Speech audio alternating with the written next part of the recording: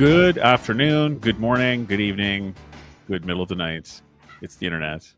Time is irrelevant. Thanks for joining us at Recruiting EQ. This is episode number 80. I'm going to continue my multi-episode string of being totally what the F about the number of episodes that we're at already, because it seems like I do not recall doing 79 of these. But apparently I did. There's videographic evidence. Episode 80, Success and Wellness Panel, which is one of our newer creations that seems to be gaining popularity, which is lovely. I titled this thing Perception and Attitude, and I gave all of our panelists exactly zero heads up about that. And I love that they're all good sports about it anyway. But yeah, we'll hit anything, I think, on the success and wellness side of working, of sales, of business ownership, of recruitment, all those good things. Really quick disclaimer before we go around the room. On these panels in particular, we have a lot of great participation from people who are on the various places we stream to: Facebook, LinkedIn, YouTube, and X. So if you do have comments, questions for anybody on the panel, please feel free. That's great. It's very, appreciated. And when there's a lull in the conversation, I'll happily read them out. Just understand we're not on those platforms with you. So sidebar conversations are not a thing that we can necessarily do while we are in this. We're not going to name you in the interest of, we already have a haha, yay, says someone. That's lovely. So people are out there. Good. But yes, we're not going to name you just in the interest of privacy. I didn't sign any waivers with you guys. I don't want to get you in trouble at work. So we're not going to name you. Disclaimer over. Okay. My many wonderful panelists. Who would like to start first in a roundabout introduction? I'll go. Go for it. All right. I'm Aisha Dulatev. I am the co-owner and head of marketing for Spherion Greater Atlanta. Spherion Greater Atlanta, we are the top recruitment firm in Georgia, and we place temporary direct hire across multiple industries: nonprofit, healthcare, construction, manufacturing, a little bit of everything. And I know Rick through Julie and having been in staffing and recruiting for 15 plus years across Canada and the US. I am here in Atlanta, my old home stomping grounds. Nice full circle story to Atlanta, which we can get into. Yeah. Sure. 7 moves in 7 years to end up on the same street I grew up on. So you don't have to... the irony. So it's not like the 7-year itch, like to move. It's the once a year for 7 years itch. Yeah, but now we're not going anywhere. Now we've got Spherion. We're not going anywhere. There you go. Cool. Who would like to pop in next? Go for it. I can go next. I'll jump in there because we're going to go staffing and then we're going to go like line there. So I'm Shannon Roach and I'm the founder of Recruition Talent Services, which started out as just a boutique technology recruitment firm serving mostly the Greater Toronto area, and has since grown into, we do executive search, talent advisory, and then technology recruitment still, obviously, but expanded more to all of North America. And so we cover tech as a vertical and then tech as a horizontal across all businesses. And our positioning in this space is that, essentially if it has a computer, if the job uses a computer, it's a tech role. And so that's really where we'll focus on that. Working largely through a network of sort of recruitment delivery professionals that specialize in various markets and then sub-verticals under technology. I love that. If it has a computer, it's a tech role. It's a tech job. They will do it. They use a computer. Sure. Well, tech is so integrated into everything now. Even our accountants and stuff, they need to be able to code in R and things like that. So we find ourselves kind of venturing out from what was like our traditional archetypal, like either app dev or infrastructure type roles. And that's been exciting for us because to see the evolution and of course the impact of AI across all business sectors has been a huge sort of booming opportunity for us. You said the dreaded 2 letters. We'll probably get there. We'll get there, I'm sure. We'll get there. We always do. I always love to. Who would like to go next? Go, James. No, after you, ladies first. The chivalry okay, well, of it all. I might be a little sideways. So, as Shannon said, so I used to be a designer. Then I was a recruiter getting designer jobs in creative recruiting. And then I was a leader for over sales and recruiting. Meantime, I was writing and teaching about Ayurveda, which is the science of life. It's a science of longevity and well-being. And I wrote 2 books, and then I started coaching for companies, both like the success route but like, how do you do it and be healthy and using Ayurvedic principles underneath that? So it was what my team was where I started. Actually, I started with myself, then my team, and then started branching out to companies. And recently in January, I built, the wildfires in Los Angeles sparked this thing in me, and I decided I just needed to help people. And so I built a van, a mental and emotional well-being van. And I'm driving this van around, and people's stress levels are dropping after 20 minutes of being in the van. I'm teaching them tools on how to use their breath work and their mind, and it is working. So that's my little, I shouldn't say it's a baby project, it's just new. Monica, did you call it the Relaxy Taxi? Oh, It needs to be called the Relaxy Taxi. No, it's called the Blooming Space. It's called the Blooming Space where we go, but I love the Relaxy Taxi. That's pretty cute. Maybe it'll have a little sister someday, and we can make a little hot tucks or something. I would definitely take a ride in the Relaxy Taxi. It's Phoebe from Friends, and I'm aging myself for sure because that episode is like 20 years old now. But the Relaxy Taxi, I feel like is an awesome concept. I'm glad you said where it was from, Shannon, because I was going to be like, was that on Seinfeld? Like my brain was trying to go back through all the 90s. The same thing. Wait a second, was that on 90s TV? Yeah. And it sure was. Yeah. James, hit it, man.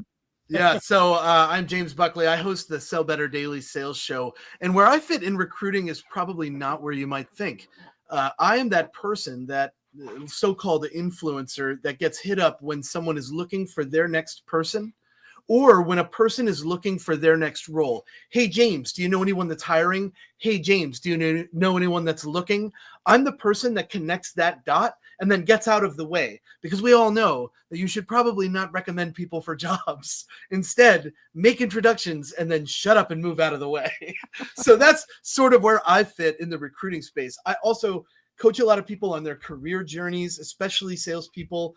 That's a tough role. I think if you've ever filled a sales role before, the problem with hiring salespeople is that you don't know if they're really good at sales until after you hire them. They're really great at selling themselves, but oftentimes you hear them on the phones and you're like, who is this person? You are not the human I interviewed, right? So I talked a lot about interview tactics and, being on one side of the table as the interviewee and another side being the interviewer. And that's probably where I fit in the hiring and recruiting space. But I am a sales professional, and I host a show about sales. That is my claim to fame. A daily show about sales. That's right. We are live every day. It's madness. Sellbetter.xyz. Check it out. Yeah, people should check it out. I'm fascinated by the idea of wanting to go live every day. Not even Jon Stewart does the Daily Show every day anymore. It's a daily show that's not daily. I use the hashtag Daily Show almost to but nobody ever catches it. The Real Daily Show. Amazing. Thank you guys all for being here. I really appreciate it. This Success and Wellness panel has been going since April. It's once a month, and the reason why it was born into into the podcast world is really it became one of the biggest topics of conversation for me doing rec to rec, which is peer recruitment, right? So I'm speaking to peers. It tends to be a lot less formal and a lot more personal than if I was recruiting developers or God knows what construction people. But so it ends up being that a lot of people's reasons for change are around that kind of thing. A lot of words get thrown around, right? Like, I want to be somewhere where I have more impact. I feel like I'm burning out, thus I want to do this. You know what I mean? I need better work-life balance, or these are the things I'm struggling with. Or I need to work remotely for XYZ reason, right? Or I need to stop working remotely for my mental health. So it seems like a lot of, at the core, it has been something that's come up a lot. And obviously you look up on LinkedIn or any kind of resource for articles, it's just endless, right? In terms of the suggestions and the where are people at. So, before we even dive into anything too seriously, I think that was the point of this, was to try to sort of advocate for a connection between both success and wellness, because there's a lot of doom and gloom out there where it's just kind of like, that's it. The game's rigged, man. It's either I go nuts and go completely mental and burn right out, or I just settle for working in a coffee shop and never making any money. Like, there's these very disparate ideas of I'm poor forever, or that's it. I got to just be nuts and never have a family or whatever. And I don't think that's true. What are you guys feeling out there in terms of the general vibe on this topic? Well, there's like a total crash, like head-on collision between like the publications coming out advocating for like the 4-day work week and like the less and then the balance and the pushback against RTO and everything else. And then now we're starting to see like the opposite end of the spectrum, or it becoming like we're being driven to the margins with 996 culture hitting sort of all the headlines about Silicon Valley. So for anybody who doesn't know, Silicon Valley is getting in a lot of hot water in the sort of employee sentiment sphere right now for proposing that if you want to be successful in business, and especially in startups in the tech space in the Valley, you need to be putting in sort of like 9 hours a day, or sorry, 9 hours a day, like 9 a.m. to, sorry, it's 9 a.m. to 9 p.m. So it's 12 hours a day, 6 days a week. So 9 a.m. to 9 p.m., 6 days a week. And that culture is crazy. And that's like total burnout fodder. But there's startups that are actually advertising that this is our mantra. We're all about hard work. And if you want to be successful in the Valley, you're going to need to do this. And so you've got one end of the spectrum where you've got Forbes and Inc. and business magazines producing perhaps biased studies, but advocating for less actual time in office. And then you've got this 996 culture. So it's just creating this like culture wars around work.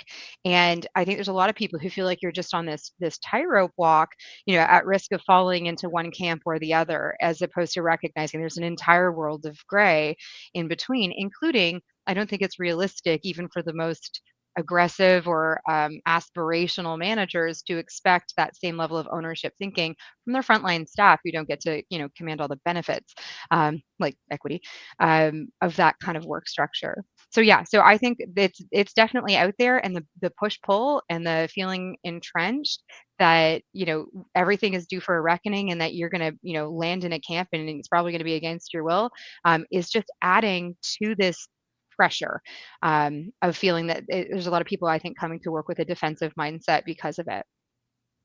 Yeah, that's a really good point. Very well said. You came here like so prepared. I only spoke to you like yesterday, I feel like, and you're like hitting the real quotes, and this is awesome. Thanks, Shannon. I want to hit the other side of the coin too. I want to also call it. I agree with everything that you just said. By the way, the 996 culture and this grind culture that has just been so overplayed for so long, and it's not realistic in any way. I've had experiences where people have told me I have to get up at 5 and be the last one to leave the office at 8 p.m. I'm sorry, dude, but like, that's a hard pass for me. Like, I often talk about that work-life balance in this way that is, I don't like that word balance. When I think about balance, I think about that same tightrope and this person holding on to this thing, trying to make it work and constantly leaning to one side, very stressful, trying not to fall. I never want that life, right? Instead, I prefer to think of my work and my life as an API, an integration, something that works together to benefit me. I can do most things mobily, so I never feel chained to the desk, right? Work from home / live at work, however you'd like to define it. There's a couple different ways, right? And I say that to people openly. I make a joke out of it, but it is really real. The culture that we develop as a company defines the loyalty of the organization's members. The average tenure of a sales rep, for example, is I think 12 months right now. That's like your realistic ramp time. I was going to say that's ramp up. And yet I want to advocate for the other side of the fence, because here's what the employers are up against. They're up against young grads coming into the scene believing that because they got a degree in sports medicine, they should be being paid $250,000 a year, and they will not settle for less. No, for sure. And neither of these extremes are acceptable. While also saying that they are fully expect that their number one priority is work-life balance, but their number two priority is wealth accumulation. So I think there's a lot of, like, we're starting to see some of these And I think this is where 996 is coming back. Like we've seen anti-hustle culture on the rise, like just like this pushback, work-life balance as a term being coined, all of those things for a long time has been like, hold on. Like right now, especially if I'm in like an operating role, like we do an exchange of time for money. That's fine. That's fair. Everybody feels happy. This idea that now all of a sudden I have to put in more time for the same money, well, hold on. That doesn't feel like that doesn't balance the scale. And, you think of all the experiments that have happened and failed miserably, like the famous Big Five Consulting, who I'm not going to out right now, but who did like the unlimited vacation time. And then the result was people just didn't take vacation at all. It was like no paid time off. So we're starting to see that. But I think that we are noticing, and you see, listen, there's always this crap on the new guys in the marketplace. I'm a millennial. I'm a geriatric millennial, but a millennial nonetheless. And when we hit the workforce, everybody thought we were lazy and that we didn't want to work and everything else. Lo and behold, here's Gen Z, and everybody's saying the same thing. Actually, the hard part here is that they're saying that. They're saying, I've seen my parents burn out. I've seen, what happens when people get sick young and the effects of chronic stress. And it doesn't, like the accounting doesn't work out. The math doesn't math. That is saying nobody gets on their deathbed and says, I wish I worked more. So they're saying, I want to live now. And I'm doing even things like micro retirements. So we're seeing these trends. But that's, I think, where 996 culture is coming back, saying all these people, you're telling us you want wealth, you're telling us you want to participate in the spoils of your labor. That's not going to happen in a 9 to 5. If you want to be on the receiving end of those spoils, you have to be here in the trenches with us as long as we're doing that. And so now we're seeing the resurgence of hustle culture in opposition to the vibes from the market, because vibes is what we talk about now. We do vibe hiring. So yes. All vibes all the time. All vibes. Well, I was going to say, with the pendulum swinging back to the employer side right now, because what you're sharing, Shannon and James, this is even outside of tech, even outside of sales. I see it. I come from sales in the recruiting space, and I come from seeing some of those, tougher late 2000s, pre-COVID, whatever that looked like. But now with the pendulum swinging back to the employer side, it is coming back where, okay, we want people back in office. Okay, we want to be able to kind of, again, we're looking at your time spent and hours allocated. And that was something I even looked at coming into it, because when you were touching on unlimited PTO, that's something I want to get to, because I have a lot of thoughts around unlimited, around that type of structure and how almost unhealthy it is. However, going back to that side of it, it's a really tough space right now in the candidate market, because as much as candidates love working from home, as much as candidates love having flexibility and things like that, it's like, yes, but at the end of the day, you also still want to earn, and you still need to make a living for yourself. And where does that fall in between? And I think with staffing agencies, sometimes it's great. Sometimes it's not, Rick, like you were saying, you hear a lot on the mental health side, because we want to be able to find that match. We want to be able to make a strong fit, be honest as far as, my partner, he loves being in office. Me, I'm like, oh, please, the time I'm wasting on my commute, it takes an hour to get anywhere in Atlanta. I could, and I hate saying that, because my team is in office. So there we go. But at the same time, earmuffs team, earmuffs. I know, right? They know how I feel. But at the same time, it's like, prioritizing, now I think post-COVID too, the relationship side of it, the people aspect, you want to be out networking, you want to be out in your community, you want to be out seeing people, and kind of figuring out that balance, like the 996 model.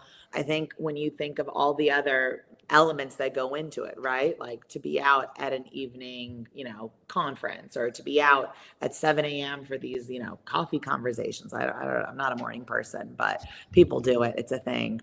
And I swear. And then my team comes back and is like, well, if I'm going to this thing at 7 a.m., do I get to leave at 4? And it's things that, and as an elder millennial, I never would have asked that by any means, but it's things that you take into consideration, because coming back full circle to retention, right? And what you were just saying, James, with tenure, and all of that. It's a very tricky, slippery slope that we all are, skiing down. I don't know, for lack Alpine of skiing down, yeah, at yeah, breakneck speed. yeah. Monica, I have a question for you. What are I got people saying? I know you do. That's why I want you here. So what are people saying that come to the van that want just a break? Like, Oh, where are they at in this whole topic that we're hitting? well, they come to the van. They don't always talk about work stuff. Sometimes they do. Sometimes work is a topic. And my somebody I was testing on a couple of months ago actually, he would leave me a voice message. He left me a voice message. He's like, "You don't even know." He's like, "I was so stressed. I'm feeling good about my life. There's something good about that van, Monica, and I just wanted you to know." And his topic was work. And so it's like, how do you make it the best you can make it? How do you stay fully present, right? Because we always talk about past doesn't exist, neither does the future. Like, how do you make this day great? Like, how do you make it great? How do you stay optimistic about things that don't look so good or maybe feel so good? You're hearing things that aren't so good around you.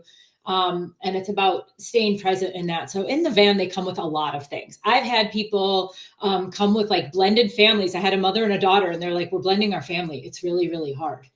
And I was like, sit down, and they rated their stress level on a scale of 1 to 10. I had somebody who she's like, "I've had 50 years of trauma. I don't know how you're going to even help."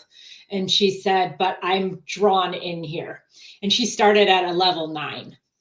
And we got her down to like a 6. So it's a really variable. There's people come in with their own. Somebody else was mad about somebody named Nicole. She was pissed at Nicole. So she's like, "I just got to say your name." Nicole. You're killing And I us, was like, Nicole. "Okay, we're gonna work on this." And and she fell from like a 7 to a 4. So, there's a variety of things, because here's the thing, we have different experiences throughout our whole lives that affect us, and it doesn't necessarily have to do with work, but we bring it with us to work, almost like in our Right. backpack, right? Like we take it with us, and nobody can see that. And nobody's going to ask you, and you're not going to tell your whole life's history in front of anybody. You're just not, but it doesn't mean it's not there. And so in the van, it's like, okay, but what do you actually need to be still carrying? Because you actually don't need most of that stuff you're carrying. Let me help you empty your pack so you can move a little lighter, so you can actually be in the moment and use some of that as knowledge. I say it's compost. It's what grows the best fruit, but let it rot for a second and like turn into something good, like drop it. It's not serving you if you keep carrying it around. So, a couple of the things that you were talking about is, I just want to touch on the work stuff. What is it, 996? I'm so out of it. Like, I don't even know these words anymore. Okay. So the 996 is a couple things. I was like, ooh, juicy. Like if I was in my 20s, I'd be like, frick, yeah, this is my time. I'm going to work that hard and I'm going to do something in a small amount of time. I'm going to use it as like orange juice concentrate, like a tincture of time where I could hit it. Because I have a willingness and kind of a drive and a hunger. I kind of like that stuff. I built a van in 8 months by myself. Like I kind of like that stuff. But that's Can't me. make diamonds without pressure. Yeah. Right. That's just me. It's not everybody, right? So there's a willingness of somebody being like, "Oh yeah, that sounds like me. I want to do those 12-hour days for however long. And I don't really care because I don't have anything else going on. This is my time. This is my time. I want to do it if I'm feeling it." But here's the thing, if you know that's the deal, when you take the job, you cannot complain later. Right. This is what we're talking about, perception and attitude. Yeah, you can't come. You said yes. If you're willing and you said yes, you cannot complain later. And it's not for you. That's cool. And the company can do whatever they want to. They'll learn their lesson if they're not getting people to work for them. Yeah. You know what I mean? I speak to a lot of young people, and I think that we all take jobs as adults because we need money. But once we start making the money that makes us happy, and we start making even more money as we grow in our careers, suddenly work becomes about lifestyle. And I think that people have to understand that there is a range of income that you get to live the lifestyle you desire with that income. It's different for everybody. Nobody, Very few people are going to give you that same exact lifestyle, right? Unless they're on some level of extreme, right? And like, that's fine. But most people have a number.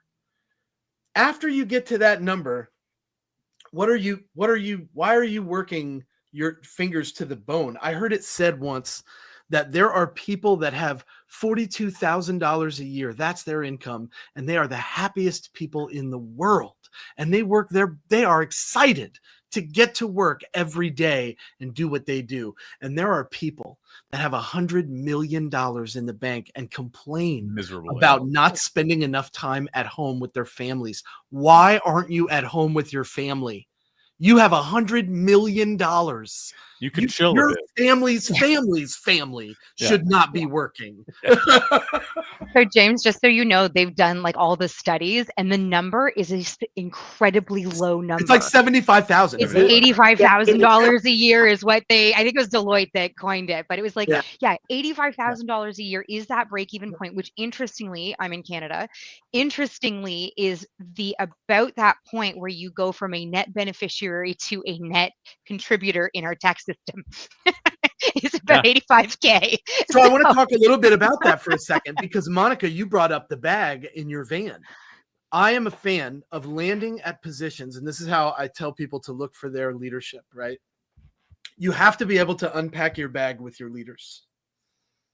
If you can't unpack the rotten bag, you're going to pick it back up eventually and carry it into the next role, the next promotion, the next project, the next initiative. Yep. So if you don't have a leader that you can take all that rotten stuff out of the bag and show it to them at least once a year, call it an end of the year review if you like, but you got to be able to do that with leadership. If you can't, the culture probably isn't for you. Yeah. That's my opinion. Can I hedge that for a second, though? By all means. Hold on a second. Like, I don't know that, like, we're asking a lot of our leaders as a business owner, and I, hire people to work for me, and they have their baggage, their childhood traumas, their traits that they've adopted through their experiences and things like that. Oh, I wasn't referring to that bag. Okay. I was referring to like the rotten company bag. The company bag, 100% unpacked. Yeah. I'm not saying let's talk about your childhood trauma with your leaders. Yes, no, thank you for clarifying that. It was just Monica was like, yeah, we're talking about like blending families and stuff. I'm like, whoa, no, I'm that's not what prepared. I am not equipped to handle that. Yeah, bring up all your trauma with your horribly underqualified leaders and see what they say about it. Just to clarify, that van event was at a night market at a restaurant, so it was not a corporate event. It wasn't a corporate thing. Yeah. No. The corporate van is here. Yeah. So anyway, context. Yeah, there you go. Context is so important. So James, then 100%, yes, please carry on. Unpack the corporate bag. The corporate bag, yes. You're right, is that the feedback cycles need to be there. Because, Monica, when you first started talking, you said something like right out of the gate. And it was like, we're bringing this baggage or whatever. It's sort of like, that is your current state. Like, that's how you got here. What are you going to do about it? And we have grown up in this very let's validate everybody's feelings because we're trying to destigmatize mental health. And I think, there was a lot of success for that, perhaps even too much, because what we forgot on the other half, the flip side, the corollary argument, if you actually want to get better, is what are you going to do about it? And that requires, I think, more of like an empowered decision to reframe your attitudes about your perception. So we're just going to drop all the keywords that Rick put in the title. You perceive something at work, in life, about your market, about your outlook. You have a worldview. And when that gets either challenged or it's no longer working for you, there needs to come a point where all the bumper sticker platitudes are not going to do it for you. You have to do the work to unpack that bag and to actually go through, but then to reframe and control the attitude. I used to always, my mom, since I was a little kid, was like, you always have a choice in how to feel. And me, who's a highly emotional person, who's always seemed to be like in the passenger seat to my feelings, have really had to struggled with that because I'm just along for the ride. If I hit the roof, I go crazy, whatever. The last thing I feel is in control and empowered. So learning to detach from whatever your current perception is, that, that's not necessarily your identity, those are perceptions, and they can change. And then you have to shift your attitude to, I think, to take more control back. Like, what are you going to do about it? I used to always say things, all right, I now say things, whereas I used to be like, well, I can't do anything about that. I can't control other people. And now I say things like, this is how I grow. It's just a problem that hasn't been solved yet. It's just something, it's a skill I haven't developed yet. And the key word there that I'm so fortunate to be able to share this with my own kids is yet. There's always an option for like this natural, optimistic outlook that yet implies that tomorrow can be better than today. There's a hope there. So perceptions and attitudes, we're going to go and unpack all this stuff, I'm sure, about what those perceptions are and then how to actually flip that script. But Monica, like you touched on it so early, and that is like, what is the attitude we're going to take moving forward? And then perhaps we can even get into what are the tools that work for you guys in various settings. Like, I want to hear, James, what I'm dealing with right now is that, I want to be able to develop more of an online presence. What did you, I mean, you just hit like 100,000 downloads on your podcast. That's amazing. What did you do when you put out all this material that you spent time and hours and effort getting out there, and you had 20 and you're like, is it worth it? I'm not going to monetize 20 people who care about my podcast. Yeah. Like, so we all have different experiences, and I want to hear what the tools are and the reframes and the journeys that you've been on, all of you, as far as how you actually like take that power back. Hell yeah. I'm done. I'll pop in on that because I'm obviously somehow, Shannon, you're super prepared for this, but I guess I should be the most prepared one. So I'll pop in on. I talk about this all the time, Rick. It's like you don't. No, I know. I love it. This is why you're a friend of the show. Is this your fourth time back? I have you back all the time. Like 4 or 5. I paused like that, yeah. After you asked me the question, I paused because I thought Aisha had something to say, and I wanted to give her the floor there. Please, Aisha. Well, no, I guess going on within the same, I guess, vein of what we're all speaking on, the unpacking the corporate baggage, the individual approach. Sometimes when I think about it from an employer standpoint and I think about it from an individual standpoint, because I think we could talk in 2 different lenses, right? There is an individual ownership that needs to happen here, but there is also the employer piece. And I've learned, and I've honestly learned this just over the years, are we venting? Are we coming with a solution? Let the individual come to the employer and vent. And after they're done, I've got a couple of solutions in my back pocket, because that chip on your shoulder, that distrust, all of that kind of plays into success. All that plays into performance, which, is success in its own right. But when you were talking about an annual review, James, I've realized just over the past couple of years, really, we need to look at this in 90-day snapshots. Because when I think about myself in a past sales role and burnout and decisions I took, really just because I needed a freaking break and I didn't know how to ask for one, because limited PTO is a farce. Like, don't even a limited PTO is really just like character development. Like, is this person going to try to abuse it and take 3 months, or is this person going to go 2 years without a vacation? And I'm proud to say, my team is not scared to ask for time off. I've hired salespeople in their first 3 months telling me that they have a 1-week vacation planned. And I'm like, oh, okay. Well, I maybe wouldn't have done that. However, I respect that you have that, when we talk boundaries too, coming back into well-being. I feel like the individual, the employer, the boundaries, and the solution, they're all connected. And so I really think we need to look at it in 90-day snapshots. I was having a conversation with a nonprofit earlier today when they were asking, as far as, how do you even approach it? How do you organize it? How do you prioritize? There's so many different, so much noise right now. You really got to look at it for yourself and for your team and for your people in smaller increments. You can't wait for the mid-year review. You can't wait for the annual review. You can't wait for New Year's Eve resolutions and birthday reflections. You have to really look at it like, at least at the absolute bare minimum, look at it, every couple of months, every season, right? Like, what do I need in this season? What will fill my bucket? Do I need to take time off? Do I need to find a better extracurricular activity that makes me happy? They all say, find something that makes you money, find something that keeps, all those things that we all hear.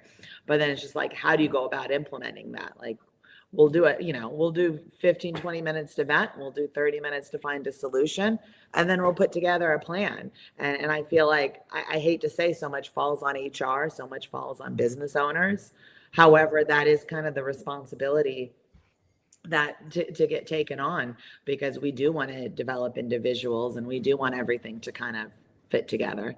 So I just wanted to ask a question, sorry, to qualify that one. And that was like, we're talking about this because you said there's a dual responsibility. It has to come from Sure. both the Yep. employee, but also the employer. I think, again, going back to something you said earlier, the shift is like the power balance is back in employer camp, significantly so with the current unemployment numbers and things that we're seeing. And candidates do not feel like they have a voice. But that also extends to your current employees. They might feel somewhat safe or secure in their role right now, but the stakes become higher. Everybody knows what the job market's like right now. It's in headlines all over.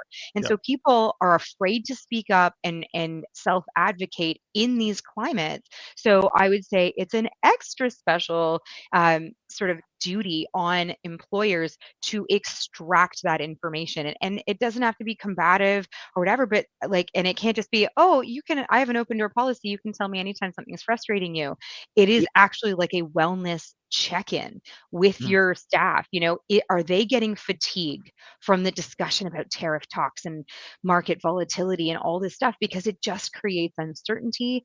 And again, those perceptions that create defensiveness and security concerns. So I love that you just touched on that, but I wanted to just hit it home that say, if you're watching and you are a manager of people, seriously, you have to do the check-in. They don't feel like they can speak up right now. Yeah, and it has to happen in almost like when you do your weekly one-on-ones, right? If I feel like something's off in their performance, if I feel like something's holding them back from being successful, I have had men in my one-on-ones break down crying because of a bad breakup that I didn't know they were going through, or grief they were carrying from, a loss of a family member that happened maybe a few months back. And it's just things like, you don't know what you don't know. Right. And as managers and employers, you do have to kind of give that benefit of the doubt, that edge, when it comes down to retention and talent development too, right?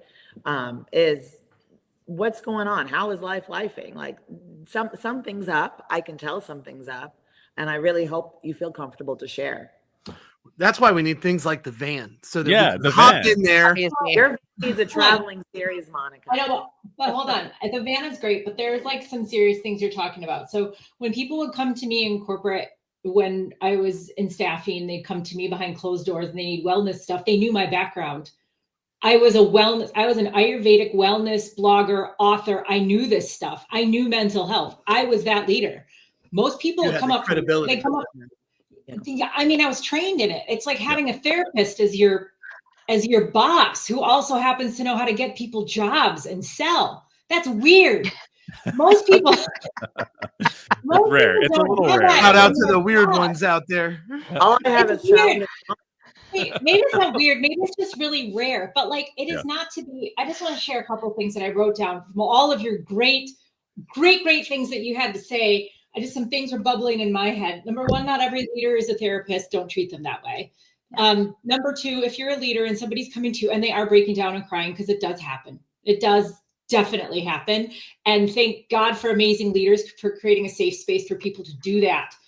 Okay, so for the leaders, it's not your job to solve their problem. It's your job just to keep your mouth closed and listen and say, thank you for telling me that. It's really good to know what's going on with you. And I'm sorry it's hard. Like, I don't know why I get emotional about that, but I just feel like we're so quick to want to solve things for people. Right. And we actually don't have to. It's almost like, come on, let's sit down and have a beer. Even though you're in corporate or you're on a Zoom, you're in a conference room or whatever, but they're coming to you because you make them feel safe. They don't need action items necessarily. They might just not have anywhere else to go. Yeah, it's true. That's a good point. But nor should you really try and solve their relationship problems. Like if it's a breakup, you'd be like, don't worry, I know this great girl. I'm gonna hook you up. Right. They help you with your Hinge profile. Yeah, you're their landing pad. And if you're their landing pad, that's an honor to be there, but you don't have to fix it. You don't have to be trained. Right. You don't have to fake that you're trained. It's actually not the employer's job to take care of you. It's your job to take care of you. It is the person's job. You need to have a willingness to learn the tools, which is what I teach in the van, James. You got to learn the tools of breath work and mindfulness tools. Do your workouts in the morning or whenever feels good. Get your sleep. Do those things so you're not a hot mess falling all over the place. And if you are a hot mess, have the honesty to be like, James, I thought we were do about to better, high five. I'm not. I can do better and I am not doing better. And Yeah. I really need to do better, James. So can you take a look at my numbers or whatever I'm doing and help me get better? Because I want to get better. That is the dream, is when you have somebody that is so willing to do good for themselves and they have a willingness to grow the business. And they also recognize their own pitfalls and their own, here's where I suck. Can you help me get better at that? That's the dream. That's the dream. I agree. And I think that's the environment that we all want to create for our employees. I think that we're seeing, if I'm not mistaken, there are 5 generations at work right now. Yes. 5 generations. Yeah. When I think about this, I think about the differences between expectations and drive in those generations and what success looks like to them. Absolutely. I also think about the way that these people are coached from a professional perspective and a personal perspective. Aisha, you brought up weekly one-on-ones. I know too many salespeople that come to me with their one-on-ones and they talk about how it's just like a bashing session where I create opportunities that I think are legit and they find reasons to poke holes in them. And then I lose my momentum and I don't want to do the job anymore. So I have to start over on Monday after that Friday one-on-one, and it kills all of my spirit. Right. So you have to go to that leader then, and you have to say, leader, congratulations on coaching to the metrics and the KPIs, but there's a human behind this. Yeah. Maybe that person needs more from you than just saw your calls were low this week. Yeah. Right. Maybe why is your calls low this week? How can I help to lift you up in that world? These are the moments where the shift moves from you're not doing it to how can I help you do it? And that's the most powerful moment. Back to the Seinfeld reference, you know how to take the reservation. You just don't know how to keep the reservation. Right? You know how to coach this person to the KPI. You just don't know how to show that person you care about them. That is the problem. Well, yeah, exactly. So on these topics, I'd like to just push this in a very small different direction as well, because I'll give the example of myself, because obviously I don't want to say what the conversations I'm having privately with people confidentially, but in the example of myself before I got into recruitment, right, this whole perception and attitude thing and work-life balance and whatever, what I was doing for years in my 20s was running a record label at some points and playing in musical acts and that were touring acts, writing records and being in the studio and all this stuff. And then sometimes working day jobs. I worked in tech sales for years and whatever, sales jobs, tech support jobs. That's what I did. And I chose to do that because I wanted the financial autonomy to do the stuff I wanted to do in music and not be beholden to whatever else. So some of those jobs, I would show up in the morning and then it'd be like, please God, tell me it's 10 a.m. I don't want to look at my clock because it's too depressing, but I'm started at 9 a.m. It better be 10 a.m. because I have a break at 10:30 and I cannot wait to get there. So that the time spent was horrible and miserable, right? So we're not talking about 9 to 9 here. We're talking about 9 a.m. to 10:30 a.m. Okay? This hour and a half is grueling. I'm having trouble doing 90 minutes at the job. Forget 9 hours, 6 days a week, right? So and the jobs weren't that bad. I did them voluntarily. I knew it was my own thing, but there was a couple of things going on. First of all, I was exhausted from doing all this stuff. Second of all, my perception, my attitude was this over here that I'm doing for free and putting my money, this is what I want to be doing. So that means this is what I don't want to be doing. Right. So I'm showing up every day and it's chipping away at my spirit, being like, I do this because I have to. I chose to, yes, but I have to. It's not what I want to do. And I think that I suffered a lot more because my attitude was, I don't want to be doing this, but I'm showing up every single day. I'm still choosing to show up every single day to this job, to a thing that I have also decided I don't want to do and is a necessary evil. So the number of hours is a question, sure, but it's what's going on and what's your headspace during that time makes a very big difference in how it feels. Once I quit doing music full time and relegated it to a hobby, and I moved in my 30s and I moved from Montreal to Toronto, I used the staffing agency who then hired me into staffing. And they're like, have you ever considered doing staffing? And I was like, no. And when I started, I was like, what do you mean doing staffing? That's not a thing. And then I started doing staffing and the days flew by. I'm like, what do you mean? It's 4 p.m. already? And I found myself doing 8, 9, 10-hour days just because I was like, oh, wait, hang on, I gotta call this guy. One more call. From right away, from day one, right? And it wasn't the phone, it wasn't the fact that it was sales, right? There was two big differences. One was that I'm just better suited to staffing than I was to tech sales, right? The environment, and age and all this. But I think the big one was I showed up to work not thinking, oh, this thing over here is what I want to be doing. And now I'm in punishment. I'm in detention right now. And I think that's a big part of why the day flew by to an extent. So just as an example, how do you guys feel about, like, how can we collectively articulate that it's not just the quantity of time you spend doing something, but for lack of a better term, the quality of it, or what it means to you and how it fits into your life? I can actually put it really succinctly by saying that if you're a sales leader and your job as the seller is to make new meetings happen, and you're required to make 200 cold calls a day in order to make those meetings happen, but after your 200 cold calls, you feel like you could go home regardless of whether you scheduled any meetings, this is a problem. Right. Right? Well, I made my 200 dials. If you didn't you schedule a single call, I don't really care. So there is a correlation, and this has been well documented and well studied, and it's in the correlation, but not causative relationship between passion and mastery, and in which direction those two go. Because I will tell you, having worked in a past life in finance, I was a financial analyst. You guys have seen me on this talking. I am not your archetypal financial analyst who sits all day in Excel spreadsheets and stuff. No, I need to be talking to people. I'm a highly social person. And actually, the only things I ever did well and got recognized for as a financial analyst was when my ADHD took me down the hallway and I worked on a different project for a different team that I was in. And I was completely not doing my work as a financial analyst in that particular time. But I can tell you that, there is not a CFO on the planet outside of like a handful of them who were like obsessed with numbers growing up being like bean counters.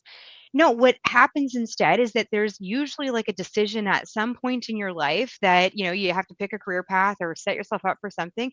And people are like, well, I'm okay with numbers. And, it's a safe job. It pays well. There's a lot of opportunities. Every company needs one. It's going to be a relatively safe sort of profession. And yet you can hear CFOs talk in boardrooms, in deal team meetings, in transactions, M&A transactions, and the passion that is coming out with these guys about not just financial statements, but like all of the numbers and the stories they tell, and what that means for business, and the decisions that get derived from their work. But a lot of that is, if you put your head down and you do the work, and to Rick, to your point, that you start to develop, as you develop mastery, it starts to get easier. You're not going to find your passion and just happen into it for most people, because the things that we like as little kids, things like, I think we would all be professional soccer players or hockey players if we could, astronauts, all those things, because we don't really know about these other things. Right. And like all of you, I love, Rick, I have the same story as you. Fell sideways. I went up to somebody who I knew in staffing and said, like, I'm a financial analyst. And they had me do a psychometric assessment, and they're like, no, you're not. No, you're not. Why you're are not you a doing financial this to analyst. yourself? You should be in sales. More importantly, you should come work for us. And that's how I literally got my start in staffing.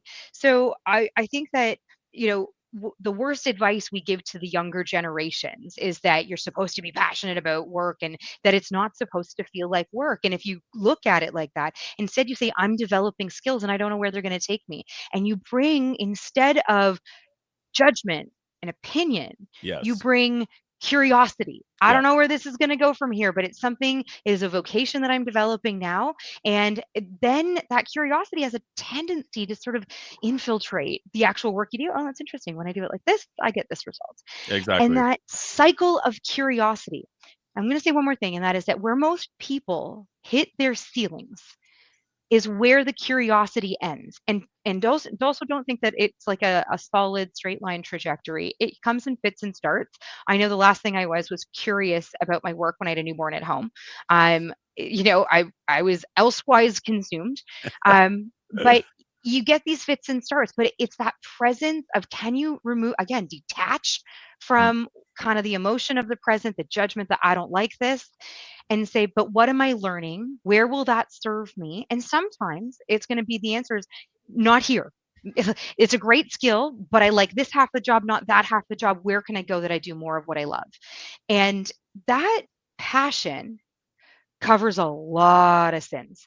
So if you can bring that passion to work, you're actually willing to tolerate a lot more weird stuff from the employer, because you don't care, because it's the work itself, it's the doing something, but it comes after. It's like the reward for putting your head down, bringing curiosity to the table, and really taking that empowered decision about your mindset, about how you approach work in your life.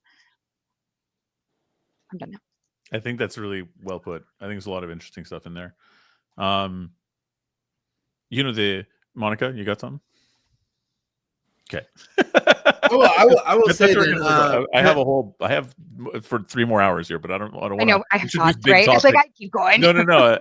Go for it, James. What I was going to say was that I think once we reach a certain revenue point, we can get to that passion.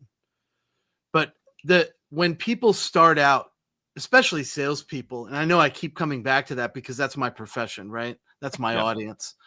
But like, if I'm a bartender one day and a salesperson the next day, I don't even understand the opportunity that's in front of me. Well, sure. The amount of revenue that's possible is not even in my sight, right? I'm used to tips and $2.19 an hour as a server or something, right? So it looks very different. But I have these conversations with new reps all the time, and you can spot their decline about 8 months in.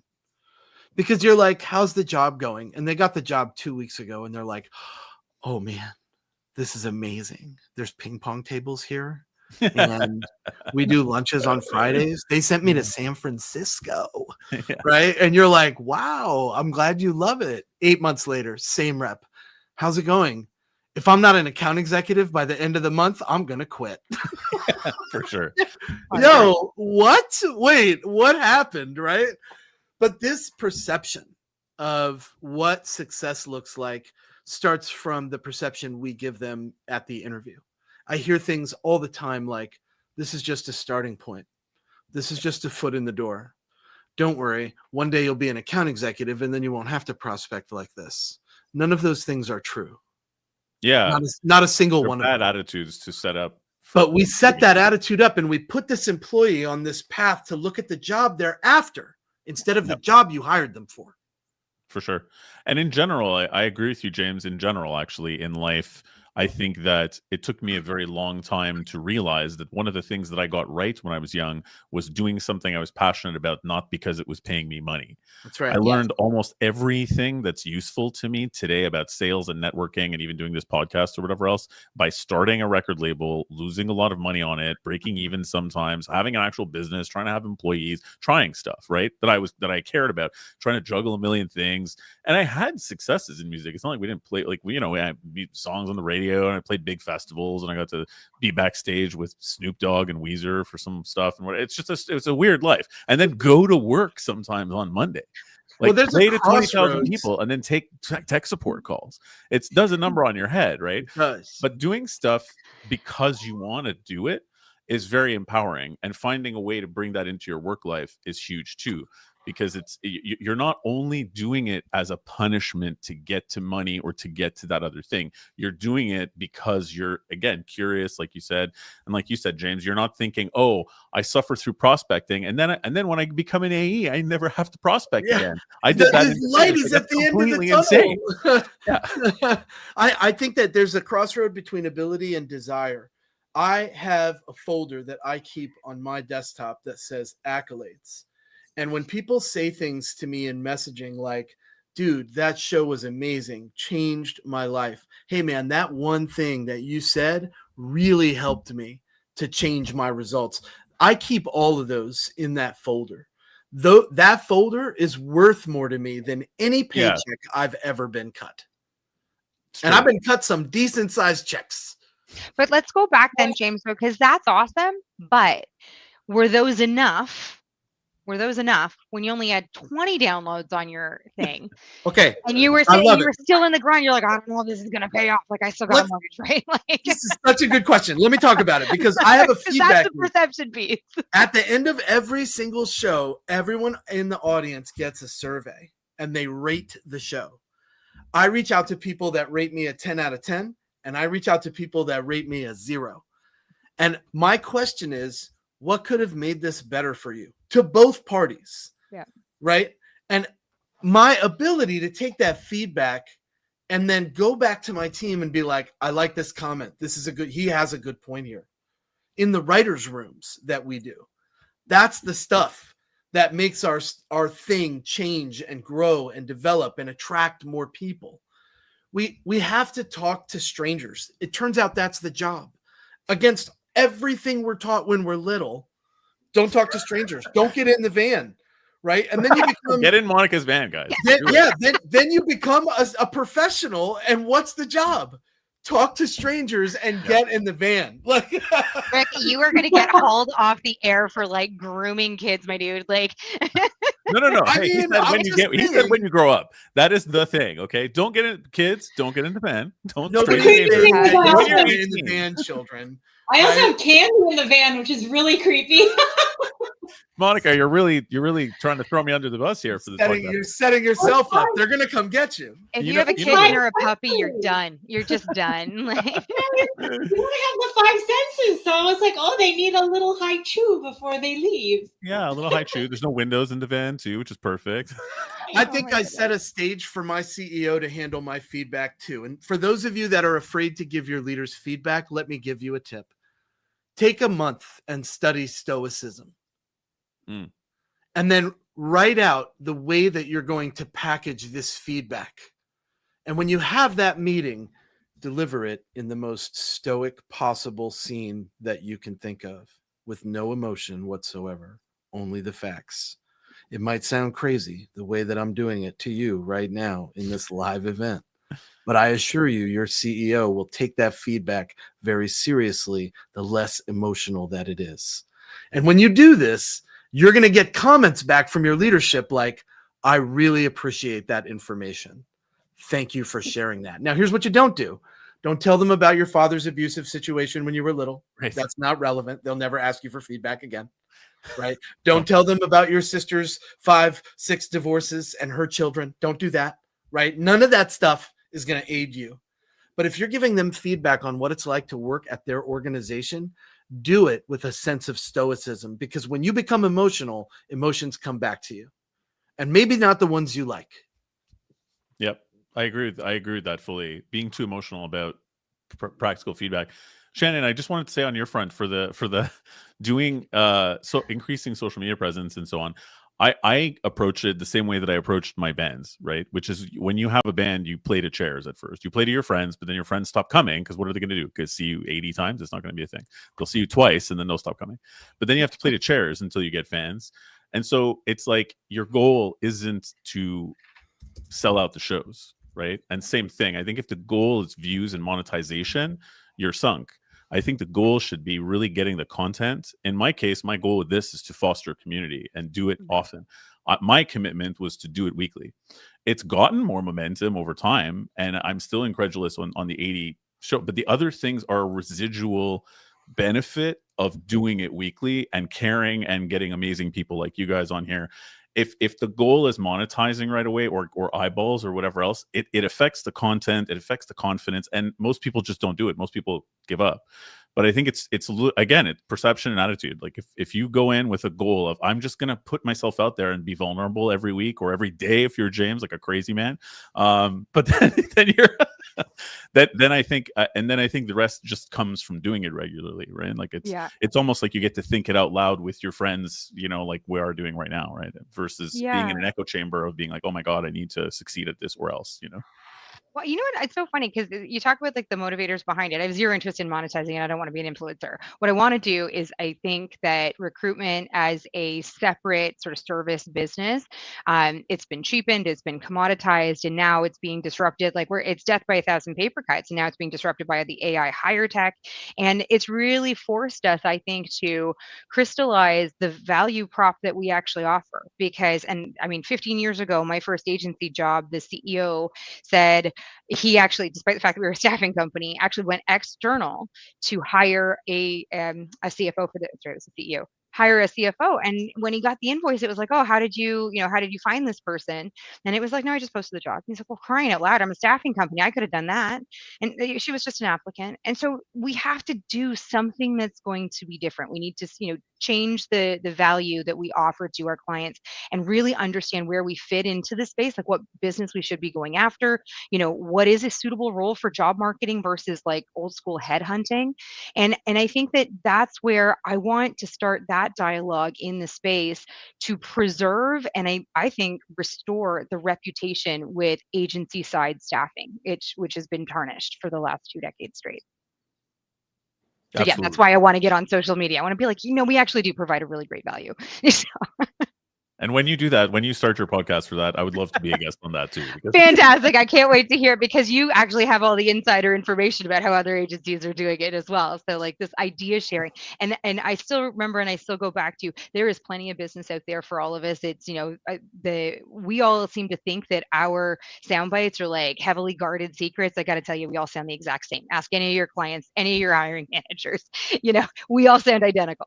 So, it's not, I think it can be something that can be an open discussion because at the end of the day, the differentiator is how do you execute, and what is the the takeaway that your clients have from interacting with you. And if it's just a transaction and they never see you again until you like hopefully expire your guarantee period, that's not a value. I was going to say, what do you mean renewal time? That's when exactly. I was going to say, removing the transactional element, right? And for sure, value-based standpoint, individually, employers, as a staffing agency, I think that was, my biggest shift was we're not transaction swiping a credit card. We are individuals, and when we approach things from a transactional lens, whether it's trying to get the most out of my well-being or trying to get the most out of my sales meeting or out of this discovery call with a client that needs help hiring, when we approach it transactionally, I think that is where